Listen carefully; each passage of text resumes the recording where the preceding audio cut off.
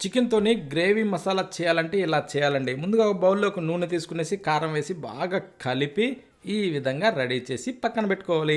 ఆ తర్వాత ఇప్పుడు చికెన్ తీసుకోవాలండి. చికెన్ తీసుకున్న తర్వాత దాన్ని శుభ్రంగా కడిగి దాంట్లో ఇప్పుడు ఒక కప్పు పెరుగు వేసుకునేసి, అల్లం వెల్లుల్లి పేస్ట్ వేసి, సాల్టు, నిమ్మరసం కూడా వేసుకునేసి, ఇప్పుడు కలిపి పెట్టిన ఈ కారం దాంట్లో వేసుకోవాలి. వేసిన తర్వాత దీన్ని బాగా కలుపుకోవాలి. కలిపిన తర్వాత దీన్ని దాదాపు ఒక అరగంటకి తగ్గకుండా ఊరనిచ్చుకోవాలి. ఇప్పుడు దాన్ని పక్కన పెట్టి స్టవ్ ఆన్ చేసి ఒక ప్యాన్ అయితే పెట్టుకునేసి కొంచెం నూనె వేసుకొని ఊరబెట్టిన ఆ చికెన్ ఇప్పుడు ఈ కొంచెం కాగిన నూనెలో వేసేసుకోవాలి. వేసిన తర్వాత దీన్ని కొంచెం అటు ఇటు తిరిగేసుకునేసి మూత పెట్టి ఇలా బాగా మగ్గించుకోవాలి. ఈ విధంగా మగ్గిన తర్వాత కొంచెం ధనియాల పొడి, గరం మసాలా, పసుపు వేసుకునేసి ఇలా బాగా తిరిగేసి మూత పెట్టి మళ్ళీ ఇలా ఉడికించుకోవాలి.